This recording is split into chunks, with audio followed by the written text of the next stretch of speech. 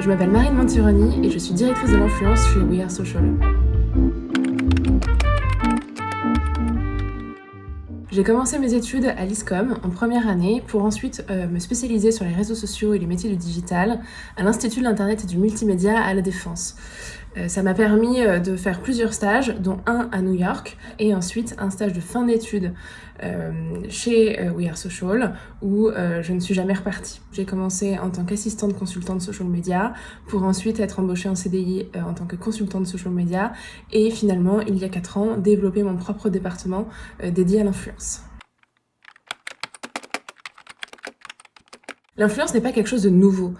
En réalité, ça existe depuis toujours, mais maintenant, on parle de l'influence pour parler des influenceurs, et ce sont les créateurs de contenu sur les réseaux sociaux. C'est un modèle qui existe depuis plusieurs années, se professionnalise, se structure aussi, et maintenant continue à évoluer.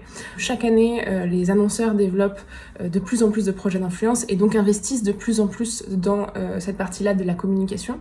Et tant que les réseaux sociaux existeront et qu'il y aura des créateurs de contenu et donc des influenceurs, je pense que le modèle continuera à évoluer et à donc se pérenniser dans le futur. Pour choisir le bon influenceur, on peut s'aider d'outils comme Tracker ou encore Lefty, qui sont des moteurs de recherche pour pouvoir avoir une grosse liste d'influenceurs qui répondent à différents critères. Une fois qu'on a cette liste, il faut rentrer dans chaque profil d'influenceur pour trouver le bon qui correspond à la campagne qu'on va mettre en place.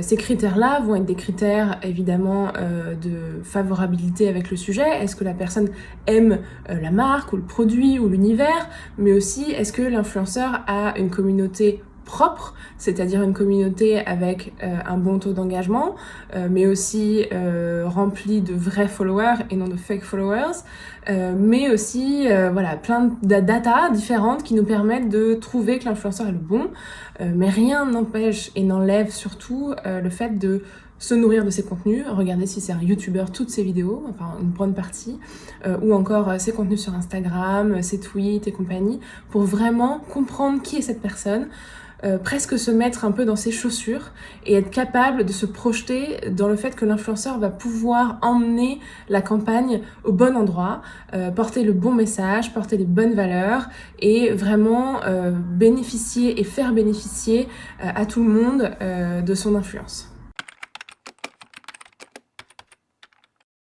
On va regarder différents KPIs aussi en fonction de l'objectif de la campagne. Si c'est une campagne de notoriété ou de visibilité, on va plus regarder les impressions et la portée générée par les contenus de l'influenceur.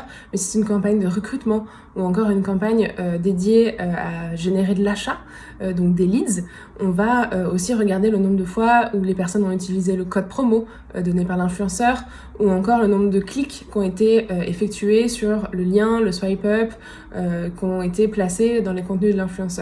Donc en fait, c'est un ensemble de data qu'on va récupérer pour pouvoir mesurer et vérifier si la campagne a été successful ou non.